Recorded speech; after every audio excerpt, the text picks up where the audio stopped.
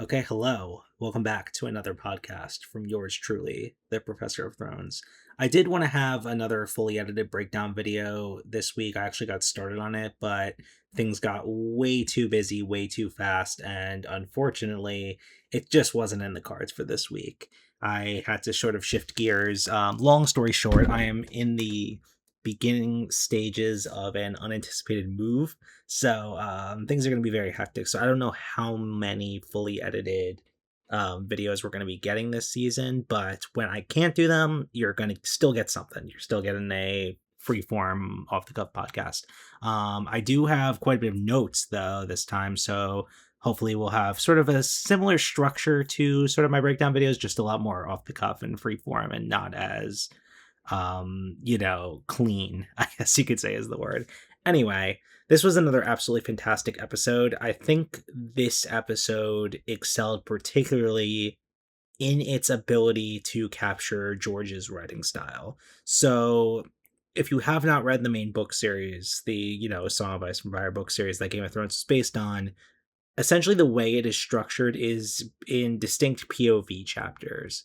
So each chapter is completely limited to the POV of one particular character. So rather than like a Game of Thrones episode or a normal House of the Dragon episode where you're bouncing around from character to character, location to location throughout the episode, each chapter you're stuck with one person at one place. So, for example, like in a Game of Thrones, there's Daenerys chapters, there's Ned Stark chapters, there's Catelyn chapters, there's Bran chapters, there's Tyrion chapters, So it's like they're divided up and you only get that person's perspective and inner monologue. And I feel like this episode, even though it's not part of the main Game of Thrones series, it's part of the prequel, perfectly captured that feel. We are with Rhaenyra, other than the cold open, which I'll get to pretty soon, we are with Rhaenyra from beginning to end. Only her perspective, and to the best that a show can, we get a glimpse into what's going on in her mind. Of course, when you're in a book, not actually in this book, and I'll get into that in a second,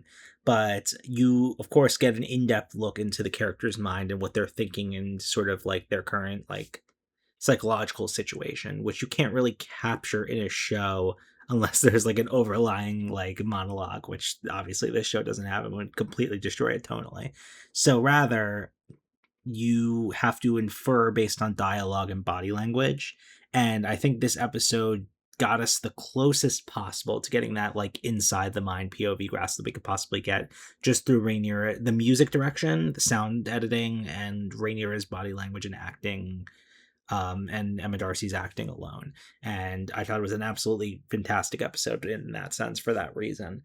So what's interesting though is that the book Fire and Blood, from which this is based on, is not formatted in the traditional George R. R. Martin writing style, Song of Ice and Fire POV style.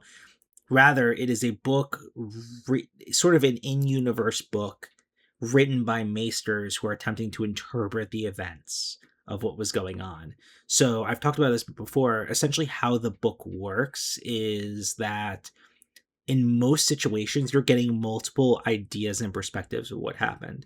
So one source may say something like, "This is what happened in this room with Rhaenyra. This is what happened in this room with Rhaenyra," and you get competing sources. And essentially, up to the reader to choose their own story, essentially to interpret themselves what actually happened amongst a few options. And I think what makes House of the Dragon so unique as an adaptation is that it's taking all of those myriad of options and it's choosing a path for you.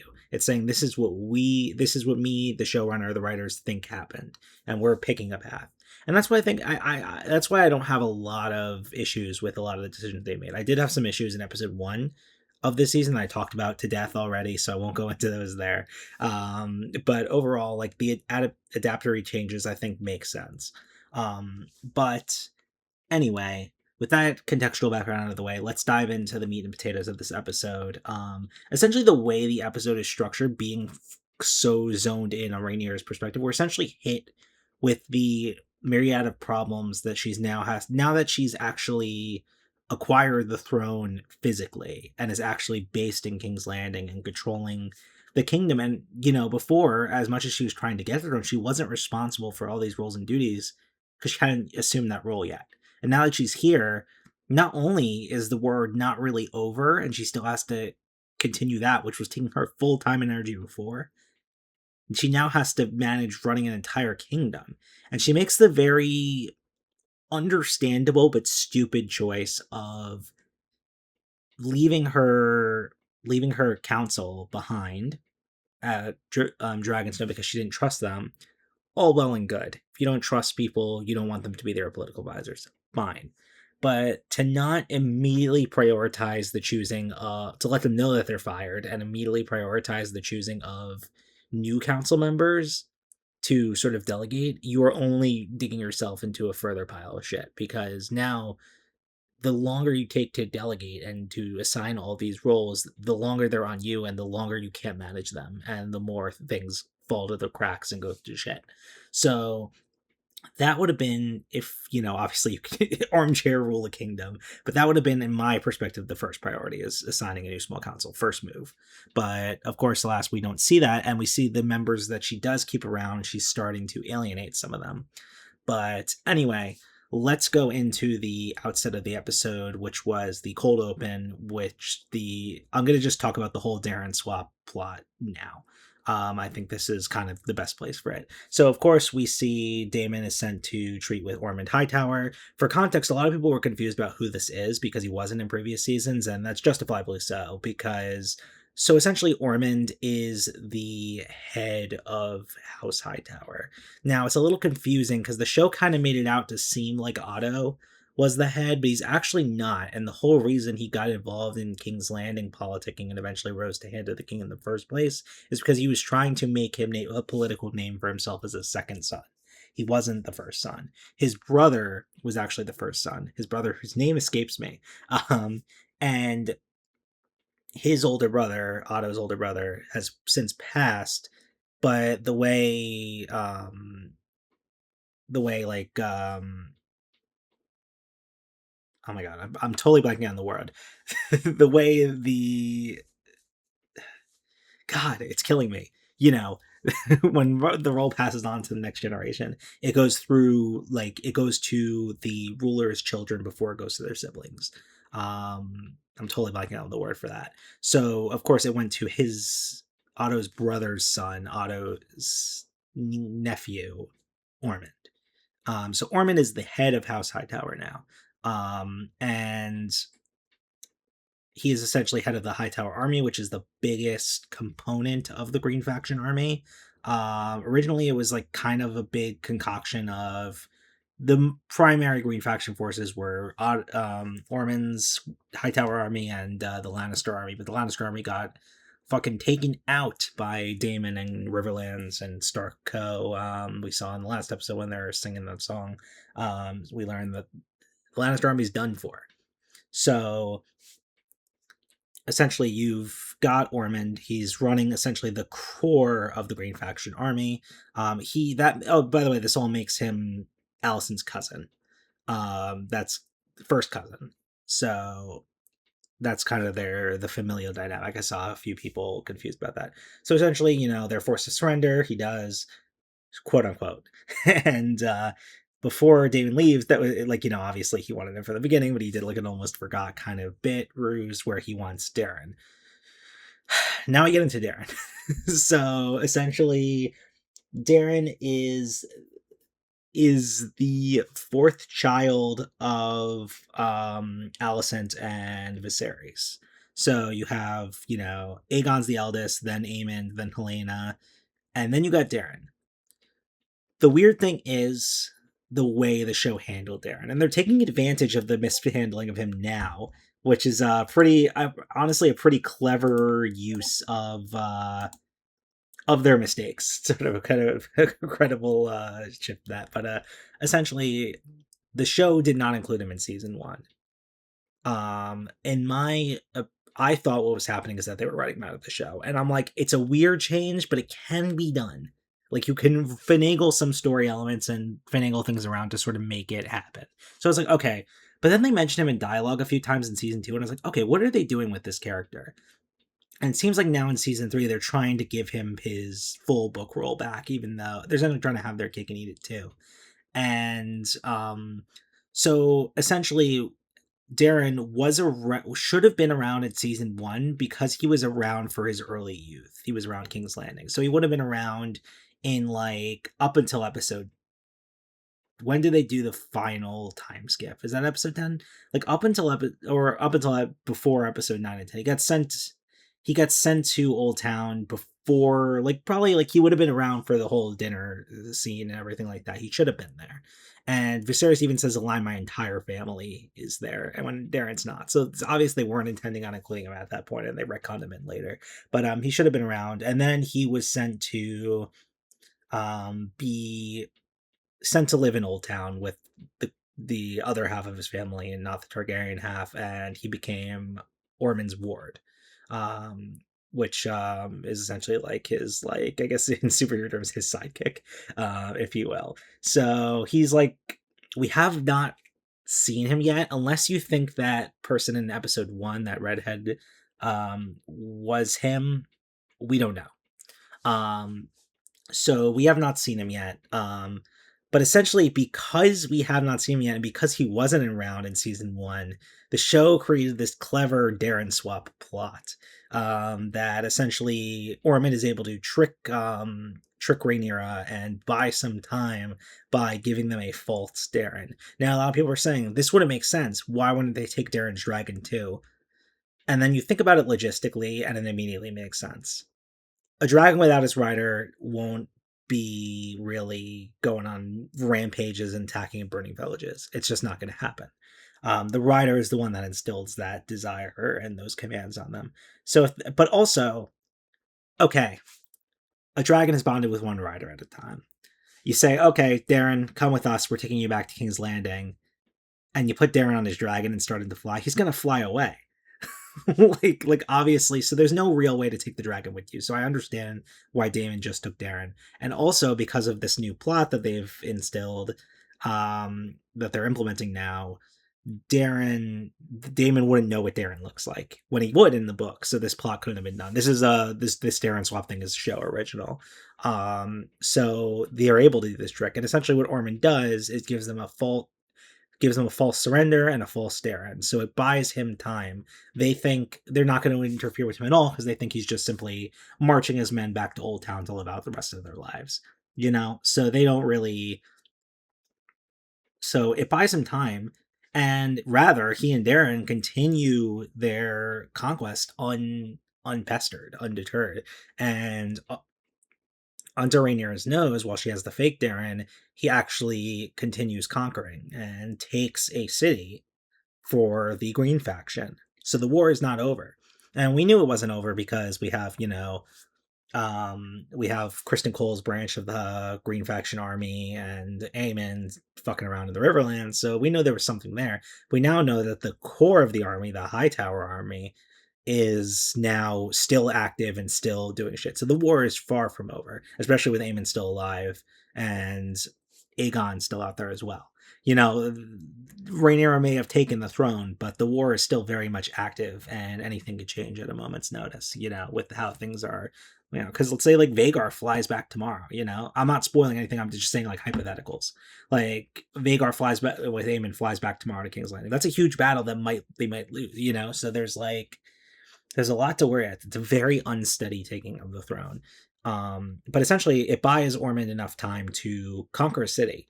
And this city is Tumbleton. It's a small city, but it's not nothing. And he's holding all its people hostage. And they cleverly took Darren, took his dragon inside the walls.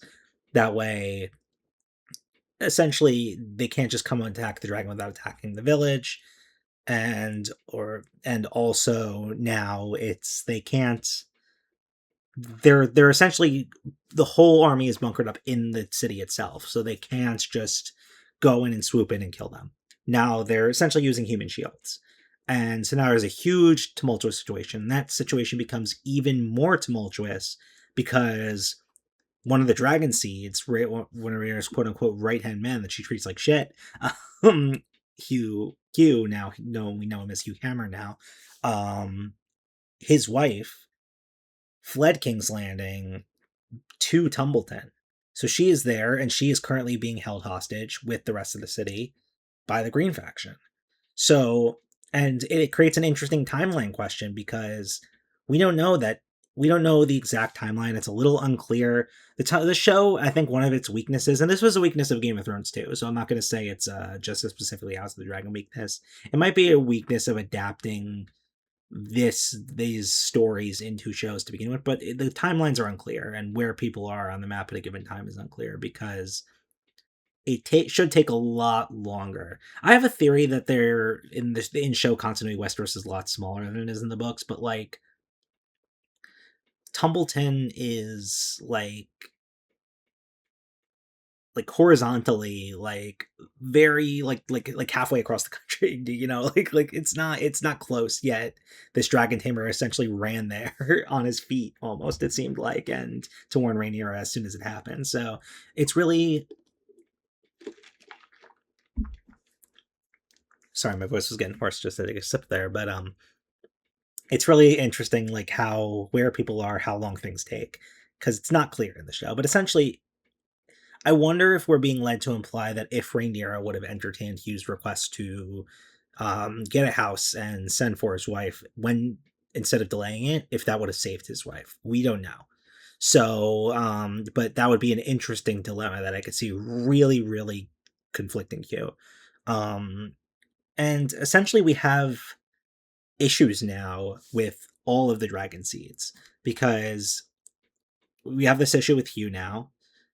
Ulf has been being treated like shit left and right. He's essentially like the butt of the jokes, and it's grating on him. It's not fucking. It doesn't feel good to to be treated like shit and do all this work essentially for what are essentially like Aryan race Nazi Targaryen purists that like look at you like subhumanly, and that's gotta grate on you. And it's especially like, when he says Targaryen as what he wants his designation to be, and they like scoff at him like completely. It's like he doesn't know. He's just a guy. He's not royalty, he's just a member of the commons, he's just a dude. And like he's not gonna know what what what that even means. Like, how do you fashion yourself? Like, what do you even say?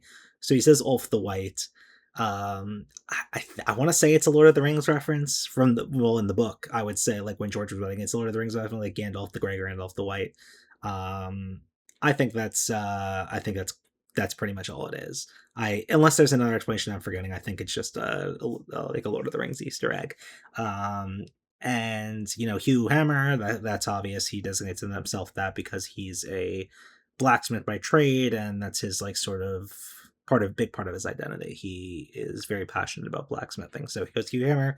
And Rhaenyra clearly does not let Adam choose his designation. She just calls him Adam of Hull. um and you could see in his face that pains him a bit, because the context for this, as we saw in the episode, is that Corlys admits to he has like a private dinner meeting with Rhaenyra, with Adam and Alan, and he admits that they're his bastard sons. And now it's interesting because in the book, this is what you kind of figure this out as you're reading, but Corlys will never just straight up admits it, at least to what we see in the book. He kind of just like skirts around it. um and it's interesting to see in and it's actually like Rhaenyra kind of just does it, like if I remember correctly in the book, she just does it out of her like own um decision that to honor them, even without Corlys even intervening. Now, that's not to say that we didn't see something that happened behind closed doors that could have been very well this conversation. It's just what we see front facing. So in the book, is what I'm saying. And essentially, Corlys wants his sons to be legitimized as true Valorians and be designated as the heirs to his family, the continuity of his family. Now, Rhaenyra is very hesitant about this. I think there's more to it than is being discussed online and is being said. I think there's another layer to it that's kind of being overlooked. But the core layer here is that her three eldest sons, Jacaerys, Lucerys, and Joffrey are all illegitimate. They're not sons from Laenor. They're sons from her affair with Harwin Strong. So by the whole, essentially what she's saying is that the whole conceit of her was she knows that these are bastards, but the whole conceit was that she could not admit that because then her entire continuity of her of the throne under her line of the family would be questioned. So she had to just keep pushing and pushing and pushing and pushing that they are trueborn Valarians, which clearly they're not. But she just had to keep pushing that, and by legitimizing Adam and Alan as Valarians, it would essentially undermine everything she's been doing because she's just takes the throne and immediately starts legitimizing bastards. And it's like, okay, everyone will be like, okay, yeah, clearly they were bastards if she's so sympathetic to bastards. And that's what she's saying. But I also think there's another layer here that people aren't touching upon. And that is that Bela and Rhaena are Corlys's granddaughters, and that if Rhaenyra, well, if they were to be passed over for illegitimate children over their claim, it kind of undermines Rhaenyra's whole deal of, women should be able to inherit. And that's also undermining to her if Corlys chooses to pass over them for men that are further back in line than his two pureborn granddaughters. And so I can see the issue there. And a lot of people are saying that Rhaenyra doesn't care about it. And sure, she might not, but I also think they could be right, but I also think there's a speck of that they could be wrong there, because we do see her, I think, pretty soon after that initial conversation, she passes Bela and looks like very uncomfortable and awkward and doesn't really talk to her. And I know a lot of that's probably because of the morning of Jace, but also I think it's part of that. I think that scene's proximity in the episode to her conversation with Corlys, her first conversation with Corlys, it just has to be connected. IMO. So essentially now we're left in a position where all three of the Dragon Seeds have major grievances with Rhaenyra. She did not handle their treatment properly. But there's a lot to get through here. So we're going to I think we're going to try to kind of like a little bit of a fire round with a lot of these problems, because essentially she is bombarded with problems as soon as she arrives at King's Landing and takes the throne. So immediately she wants a legitimate coronation and procession, just legitimate signs of her ascension, and she wants all the trappings of legitimacy of a ruler. So essentially she wants the big fancy coronation ceremony, the big fancy procession. She wants feasts, and everything, and tournaments, things like that. They can't even afford a corporate nation because all the money's gone. Essentially, before everything went to shit and the Green faction lost control of King's Landing, Tywin Lannister did something very smart. And what he did is that he took all of their money and scattered it in different places. Now, they don't know where it is, but from the book, we can kind of piece together where it is. And I don't think this counts as a spoiler, because the show could very well choose to go in a different direction of where they are. Where the money is, but the show could do something entirely different. But in the book, essentially what happened, and Rhaenyra never really fully figures this out, and that's why I feel comfortable saying this here, is that the money was split into, I think it was split into 4, and so a fourth was taken back with the Lannisters and is being held by the Lannisters in Casterly Rock. A fourth was sent across the sea to the Iron Bank of Braavos and is being held in Braavos's core bank there, in a different country. With that, I think if Rhaenyra knew it was there, she could simply go to the Iron Bank and be like, I have assumed the role. The other group is not, the other competing faction is no longer in power. I am the throne now. I am withdrawing my money. And I think that could probably work. But she doesn't know it's there, so she can't really know. She could try, but what would she think? I'm gonna go across to a world, to a different country, to try to get my money back if I don't even know it's there, you know. So she doesn't know it's there. So that's the fourth. I think, if I remember correctly, another fourth was sent, I think, to the High Tower. I can't remember exactly. It might have been to the High Tower, and the last fourth was left in King's Landing because they need some money, but it was all spent by Aegon before his absconding. So essentially, there is money, but it is no. She doesn't know where it is, and it's nowhere to be found. And they have like enough in King's Landing for a week of normalcy, and then they're completely broke. That's fucking scary, you know. So she's gonna send for her own personal money, which is probably good amount. I mean, a lot of it was probably spent on the war effort, but she probably still has a somewhat amount left in over in Dragonstone. Once all of her personal money is dried up, she's completely broke. Both the throne and herself, her personal life. She has $0, you know. So it's a very big issue, and they can't have that proper coronation ceremony that she wanted, which is a huge issue because Aegon had a proper ceremony. It was interrupted by Rhaenys, but he had a proper ceremony. So that's going to be cause an issue right there. We learn that essentially after the Battle of the Gullet, the Triarchy pirates didn't all just leave and head back home across the sea, back to their respective countries. No, they actually have started, like, scattered groups of the pirates have started invading the coast, the eastern coast of Westeros. They're attacking random villages, sacking, pillaging, you know, doing what pirates do.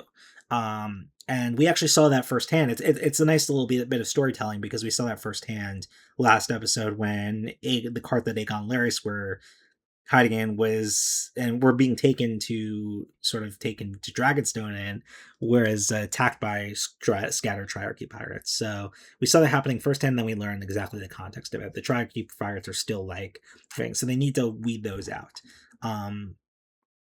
Also, a very big problem is that all of the granaries are empty, and all the fields are drained because I believe it's winter now, you know.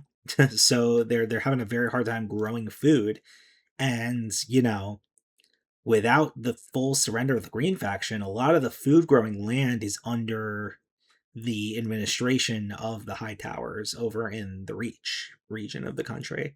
So there's big issues there. They don't have enough food. So even with the alleviation of the blockade that they were imposing on the Black faction was imposing on King's Landing, there's not going to be enough food to even swoop and bring that in. So that's a problem. So, you know, the one place that Rhaenyra expects there to be some gold is, you know, obviously the Lannisters, since Tylan was Master of Treasury, I believe. So, like, obviously she's like, okay, she figures out that some has to be with the Lannisters. So the current with you know, Tylan with the other Lannister brother whose name escapes me, dead, and Tyland, we think he's dead. I think he's still alive, but we saw him be pushed off by Lohar in episode 1. So, but without him, one of their wives, it's hard to remember, you know, all these characters and all these details. Joanna Lannister is actually the head of House Lannister right now, and so she's sending a raven to her essentially, yeah, I've taken the throne, give back the gold that's hidden there. You know, Joanna, if she's still loyal to the Green faction, could just lie about this. But actually, something we haven't seen on screen, I don't know if the show is going to adapt it, so I'll talk about it a little bit, is that the Lannisters are kind of dealing with their own little separate war at the moment, because the House Greyjoy, if you remember from the main series, that's like the house of, like, you know, Theon, Asha, Euron, you know, that house, um, is essentially attacking, you know, like all the coasts and like the Lannister and the Westerlands and like Lannister territories, and using the chaos and like uncertainty of the Dance of the Dragons to sort of get away with murder. And so Joanna's kind of fully busy dealing with that. So it's going to be hard to kind of get attention for Joanna when she's essentially fighting her own war that the throne doesn't even know about or addressing. This is being conducted by a man named Dalton Greyjoy, who's a very interesting character, but I think like, I don't think the show is going to adapt him, and I think that's probably the right move because I feel like it's a whole separate subplot that like doesn't really connect too much to the main story. So I feel like if they're trimming the fat anywhere, they can cut off this Ironborn War thing. Um, so while thinking about other sources running, she decides she's going to demand tribute from all of the great houses and essentially demand sort of like, I've taken the throne, support your queen, show your loyalty, send money, and you have to do it. And that's going to cause a lot of tension. People don't like to be told, hey, you have to give me money now or else, that's awful. Um, in the meantime, she has Bela scouting around to try to find both Sheepstealer, who is who dragon. I don't think she knows that it was Rhaena. I don't think they ever got that connection. Um, so she's looking around for Sheepstealer, hasn't found her yet. She's also looking around for Aemon and Vhagar. Aemon and Vhagar are MIA. No one can find them, not even people that have scoured the Riverlands. They don't know where they are. Last we saw, Aemond was stabbed and collapsed on his knees in front of Alice Rivers and said, "Save me." And essentially, he gave himself over to Alice Rivers. That is the last we saw of Aemond. We don't know what has happened since then. So I'm very interested, maybe next episode or the episode after this, to see what our boy Aemond is up to and what Alice Rivers is doing to him and maybe even Vhagar. So we'll see what's going on there. But essentially, both of those dragons are unaccounted for right now.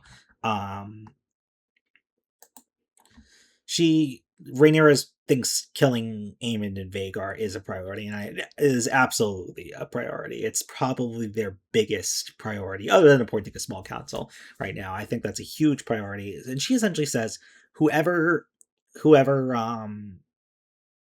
kills Aemon will get Harrenhal for them. She doesn't need it as a base of operations for the war anymore because she's saying she's won the war, so the whole country is her territory. Wishful thinking, but essentially, she says whoever kills Aemon gets Harrenhal.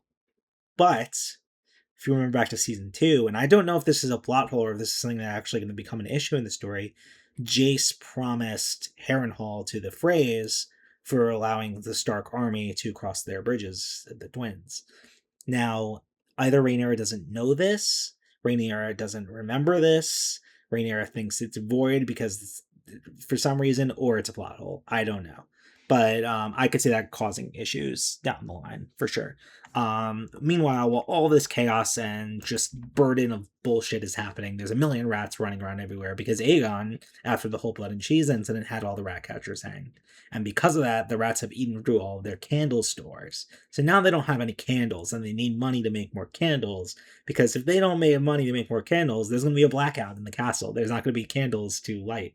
There's no electricity, there's no light bulbs, it's candles. So without candles, they're cooked. And quite frankly, they're going to run out because of all the rats. So another group she needs to appoint isn't just a small council to help her delegate, but she needs a Queen's Guard. Right now she's using Luther Largent, who is, he's the commander of the Gold Cloaks. And essentially the modern day US equivalent, I would say, is to what she's doing right now, is using like a police chief of one of her cities as the head of her entire like military apparatus. It doesn't work. It doesn't make sense. And he even says, he's like, I'm glad to be protecting you and I'm glad to be your person, but this isn't, you need a more real legitimate Queen's Guard. And she says Damon will figure it out. So right now she's pretty unprotected. She has one guy just following her around and that's about it. And throughout the episode we see her making visits to Alicent and Helena.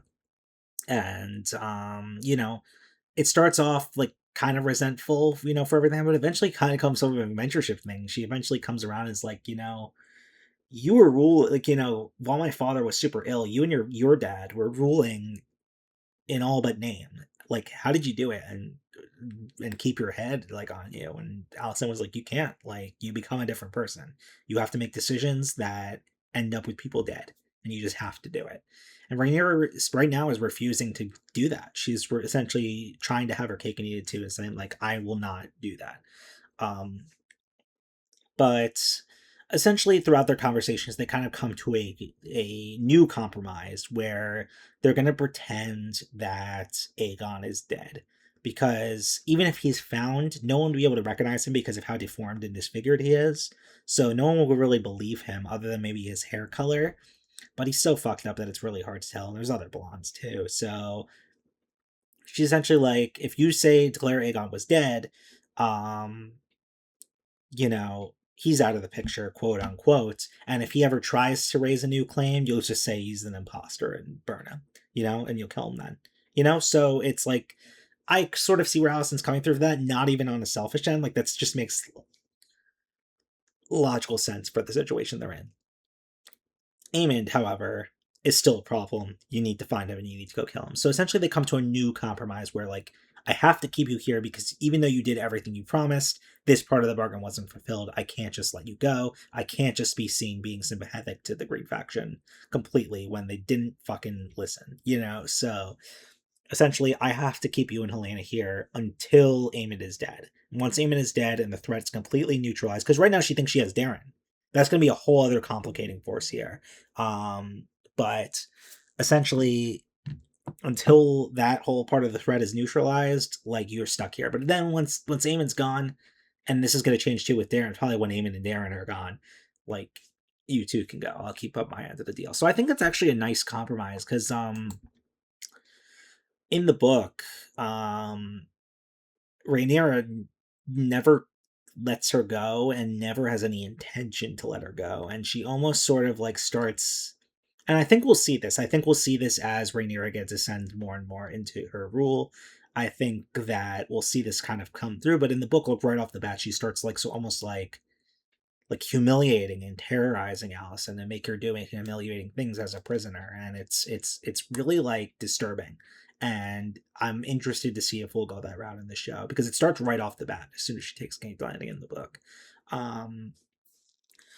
Anyway, so she wants her, Rhaenyra's like, okay, now with Jason Luke gone, Joffrey is next in line to the throne. I need him back from the Vale. He's currently being stayed in the Vale. And I was trying to remember correctly, like, if, because we know that Jane Eyre sent her two youngest sons, Aegon the Younger and Viserys, across the sea for safety to over to Pentos. But I thought she had sent Joffrey as well, but I guess she didn't. I guess he's still in the Vale, so they're gonna go send for him. Come get him. And they need him back quickly if they want to do certain things that happen in the book the same way. But we've seen after episode 1 that they're perfectly fine with throwing out something that in the book, so I don't know. But he needs to be back in the city pretty quickly for future plot events if they're going off the book. So I could see that him coming back maybe next episode. Speaking of her sons, she sees vision as she's like dealing with all this stress and all this burden. She sees visions of Jace walking in the halls, and it almost like shifts something in her psychosis when she sees that vision. She's talking about like what to do with Darren and the whole situation. She doesn't realize yet that there was a swap plot, and then she sees Jason. She's like, why shouldn't I kill him? Why, like, I should kill him right now. So kind of like you could see the beginnings of more of a dark path for Rhaenyra forming in this episode, and it's not really, it's just, you could see tragically everything that's building on her and everything she's handling, and she's making mistakes, but she's also doing a lot of things right. So it's kind of sad to see like this start brewing. Something good she does is that she brings back Alinda Massey into her fold, who, if you remember, was like kind of one of her head, like her like head like maiden, like, I don't remember what the word is, like the person that like kind of takes care of your like bedroom type stuff, so like dressing you, like your toilet stuff, that kind of stuff. She was sent to King's Landing to sort of do like reconnaissance work for Mazaria, and she's brought back into the fold right off the bat, and she did very well. She, like, essentially this probably wouldn't have happened without her. So it's cool to see her back into the fold. I wonder if she's going to become part of like Rhaenyra's council now, because she's not really lowborn. She's from House Massey, which is like a fairly like, they're like a mid tier house, if that makes sense. So like she could kind of be a council member, even though she's doing lowborn work. Speaking of lower-born individuals brought to high places, Mizaria is essentially ordered to um, interrogate the staff left at the palace and sort of determine who snuff out who is loyal to the Green faction and who is actually loyal to Rhaenyra. And I could see this leading to issues because I think a lot of people will choose to quit if they're interrogated by their employers. You know, they're not forced to be there. They are employees to the castle. They're not slaves. They can quit this job and leave, you know? So I could see being interrogated by Mizaria causing issues for a lot of the staff of the palace. Um,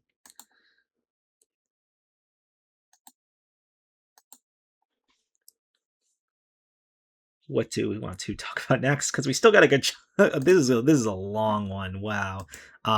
Okay. So Rhaenyra's walking through the palace. She's ambushed by the arrival of the High Septon.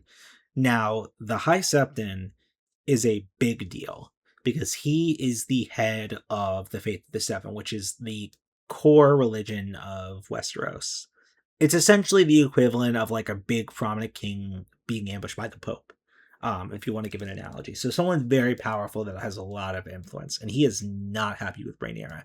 For historical context, the Faith of the Seven and the Targaryens have had a very tumultuous relationship because the Targaryens actually, they come from the Valyrian Freehold, which is very, very long story short, was like a huge. It was essentially this world's equivalent of the Roman Empire. It completely collapsed. Magical shenanigans destroyed the entire empire. It fell through, but their empire, the Valyrian Freehold, was actually the ones that kicked the Andals out of conquered their land and kicked the Andals out of the Essos, which is the eastern continent, and forced them to flee to Westeros, where they integrated it somewhat violently into Westerosi society with the First Men, and the Andals are essentially the Faith of the Seven progenitors, and so there's a tension right off the bat with like Dragon Lords and the Faith of the Seven. They see them as abominations. They see them as there's incest, which is very much against their religion, and they've essentially come to sort of an arrangement with the Targaryen family over time, thanks to the help of Jaehaerys, which was probably the best Targaryen king, and is Rhaenyra's great grandfather.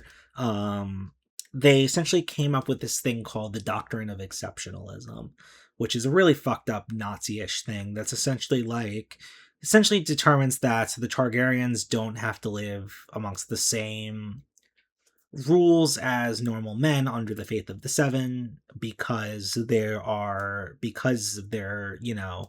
dragon blood and their ability to bond with dragons. They are superior beings created by the gods to rule, and it's fucked up, it's gross, it's icky, but it's something politically that the Faith and the Targaryens came to together. There's still this tension between the Faith and the Targaryens, but it's something that like kind of calmed the masses in a way.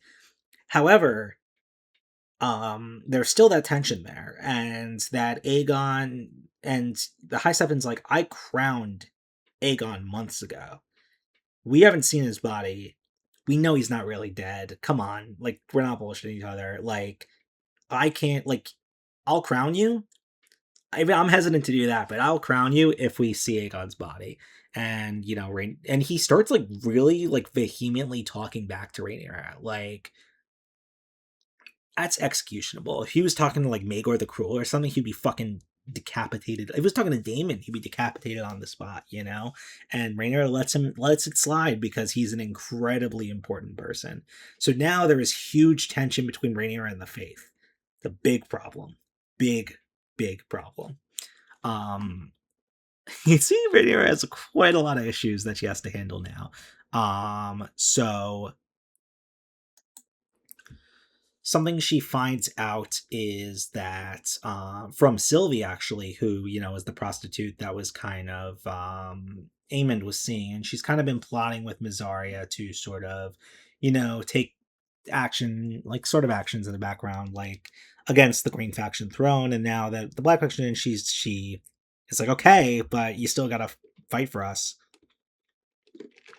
And she informs Rhaenyra essentially all the Black faction blockade of King's Landing, when food was becoming so scarce, the nobles that were living in the city actually hoarded all the food, preventing the small folk from eating. And a lot of small folk starved to death. A lot of poor people starved, and the lords are like hoarding food in their houses. It's like COVID hoarding, like similar energy. Rhaenyra, I don't think she's playing ignorance here. I think she's just genuinely ignorant to this issue. She's kind of in her own royalty bubble. She doesn't realize this is happening. Um, but she's vehemently upset by it. And she does this awesome move that's it's a reference to a story in like older Song of Ice and Fire lore. Takes place a little far back in the timeline. Either hundreds or thousands of years before the main series. It's a myth called the Rat Cook. And this is a clear, direct reference to it. And essentially, what she does is she gathers all the noble lords living in the city for a feast, and she feeds them rats, and is essentially like, well, this is what you force, because when you do all your hoarding, you force my people to eat, so why not eat it too? And it was an awesome move, and I loved it. But it's going to cause major issues, because now Rhaenyra may have temporarily won a little bit of approval from the small folk with the gesture, but now the fucking royalty, I mean, not the royalty, the nobility that are living in the city, and they're probably all like offshoots of noble families from around the country. Now they fucking hate her guts. So now she has the nobility of the city against her. And even more so, has her gold cloaks invading their homes and taking their hoards away from them and distributing them to the small folk. Awesome move. Great move. Morally. But politically, it's really gonna fuck her over. And on her way out, she meets like a smirking Torrin Manderley. He's played by that guy from Fanboys. I love that actor. I can't remember his name. And he's just smirking. He's like, it's a move well played, but he's like, maybe it'll make the small folk forget that it was your blockade that starved them in the first place. He's very like slimy, but in a fun way. So for context of who he is, Torrin Manderley is the head of how he's. I can't remember if he's the head right now or if he's just a member. He's a member of House Manderley, which is probably the second most biggest northern house. They're very different, but second biggest under the Starks. So they're technically a vassal house of the Starks, but they're actually probably more wealthy and more business savvy.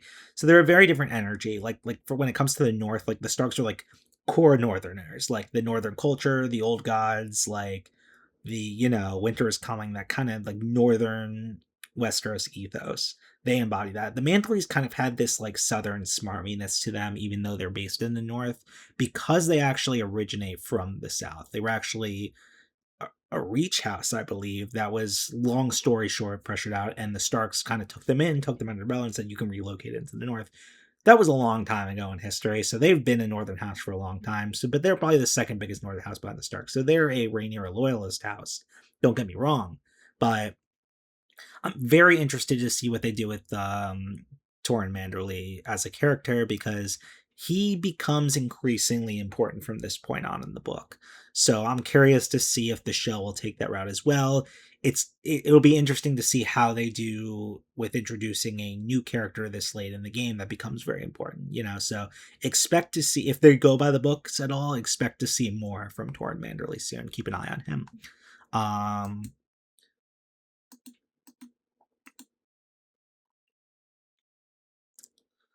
So what else do we want to discuss now? With the small folk starving, they're running out of food. There's a lot of issues there. They have almost run out of sheep because dragons feed on sheep, and they're eating all the sheep. So not only are the wool tradesmen really in need of sheep, but people are needing the fucking meat from the sheep to eat. So there's some missing, and this is a parallel to Aegon. When he first started his rule, he actually heard a lot of petitions about the sheep too. So this is a clear parallel to that. And Brandon makes a suggestion like, why not open up the Kingswood? This culture is a huge cultural taboo. You see, the Kingswood is something exclusive for royalty. It's essentially reserved entirely for the royalty to hunt and eat, and it's their thing. No one can touch this. Culturally, it's an incredible taboo. There's points throughout history where people do that, and it's punishable by death to hunt in the Kingswood. She's like, why not open the Kingswood to hunting? And everyone gasps. And Corlys is like, we'll talk about this later. He doesn't even want to, you know, entertain it right now. And speaking of Corlys, he he is going back to what we were talking about earlier with Alan and Adam. He is furious at Rhaenyra for her decision. He is essentially like, he really is, whether you agree with his decision or not, he really did sacrifice everything for Rhaenyra. His son, his son Laenor, his wife died fighting for Rhaenyra. He sacrificed the integrity of his prime ship. His castle was sacked and destroyed. He has nothing but Rhaenyra, essentially. And when Rhaenyra doesn't even deny him this, which, I understand why she's not doing it, but she needed to do it. Now, her biggest supporter, her Hand of the King, is furious with her. That's a big issue. She's really alienating everyone. It's a big problem.